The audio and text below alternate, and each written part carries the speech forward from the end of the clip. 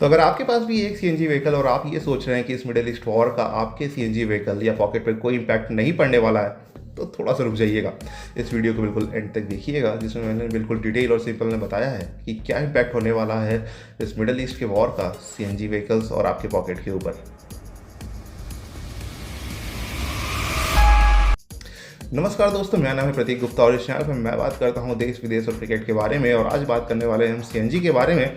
तो एक छोटा सा डिस्क्रिप्शन में दे देता हूं आपको कि सीएनजी आखिर बनती कैसे है। तो जैसा कि इसका नाम है सीएनजी यानी कि कंप्रेस्ड नेचुरल गैस, तो इसका नाम ही से दर्शा रहा है कि नेचुरल गैस को कंप्रेस किया जाता है। नेचुरल गैस जिसमें मोस्टली मीथेन होता है, इसे 250 से 200 प्रेशर के बीच में कंप्रेस किया जाता है। इसमें बार के प्रेशर के बीच में कंप्रेस किया जाता है ताकि इसका वॉल्यूम 1% से भी कम हो जाए, तब इसे हम एज सीएनजी यूज़ कर सकते हैं। अब बात करते हैं कि ये नेचुरल गैसेस में मिलते कहाँ से हैं। तो कुछ रिजर्व हमारे पास रहते हैं, हमारे कंट्री में उपलब्ध होते हैं। इसके अलावा एक लार्ज अमाउंट में हम इंपोर्ट करते हैं एलएनजी यानी कि लिक्विफाइड नेचुरल गैस। अब ये जो एलएनजी है ये आता है, इसको पहले हम लोग वेपराइज करते हैं, इसके बाद इसे फिल्टर करके आगे प्रोसेस के लिए इसको यूज़ करते हैं। तो एलएनजी एक ऐसा वर्ड है, आप जो पिछले कुछ दिनों में अगर न्यूज़ को फॉलो कर रहे होंगे तो आप देख रहे होंगे कि स्ट्रेट ऑफ हॉर्मुज से 2 जहाज़ आई जो एलपीजी के साथ साथ एलएनजी भी ले आई। तो एलएनजी आप उस टाइम सोच रहे हो कि आखिर ये एलएनजी किस लिए यूज़ होता है। वहाँ लिखा रहता था कि ये इंडस्ट्रियल यूज़ में यूज़ होता है, इंडस्ट्री में। तो बिल्कुल इंडस्ट्री में इसका यूज़ है, साथ ही इसका एक बड़ा अमाउंट भी यूज़ होता है सीएनजी मैन्युफैक्चरिंग में।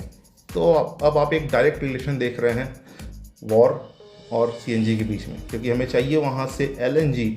और अगर ये वॉर चलता रहा तो जाहिर सी बात है कि शिप्स लगातार नहीं आएंगे और हमें सीएनजी प्रोडक्शन करने में दिक्कत होगी। हमारे टर्म्स हालांकि अच्छे हैं मिडिल ईस्ट के साथ, लेकिन फिर भी जब तक ये वॉर की सिचुएशन रहेगी, पहले जैसी सिचुएशन नहीं हो पाएगी और फ्री फ्लो में शिप्स नहीं आ पाएंगे। और इसी तरह 2-2 शिप काफ़ी मुश्किलों से निकल के आएंगे। और ये मुश्किलें अगर बरकरार रहीं और जिस हिसाब से टेंशन आगे बढ़ रहा है, आगे शिप्स आने में और समस्या आ सकती है। और अगर ऐसा होता है तो आपने डायरेक्ट कनेक्शन देख लिया है सीएनजी और एलएनजी के बीच में, और एलएनजी हमें मिलता है मिडिल ईस्ट से, और अगर वो हमें नहीं मिलता है तो बिल्कुल सीएनजी प्रोडक्शन में दिक्कत आएगी। और सीएनजी प्रोडक्शन में अगर दिक्कत आती है तो सबसे पहले क्या होगा कि जो लोकल ट्रांसपोर्टेशन है आपकी, लोकल ट्रैवलिंग है आपकी, जो ऑटो से, कैब से, ये महंगी हो जाएगी, क्योंकि ये मोस्टली सीएनजी पे ऑपरेट करते हैं। इसके अलावा काफ़ी सारे ट्रक सिस्टम हैं जो यूज़ करते हैं सीएनजी को एज ए फ्यूल, तो ट्रांसपोर्टेशन कॉस्ट भी बढ़ेगा। साथ ही एक काफ़ी बड़ा चंक है इंडिया में जो अब सीएनजी कार्स के ऊपर मूव कर चुका है, और उन सभी लोग को ये प्रॉब्लम फेस करनी पड़ सकती है। हालांकि ये हो सकता है कि सीएनजी शुरुआती दौर में महंगे होंगे तो पॉकेट पे इम्पैक्ट पड़ेगा, और अगर इसकी अवेलेबिलिटी में दिक्कत होती है तब तो काफ़ी ज़्यादा परेशानी बढ़ सकती है।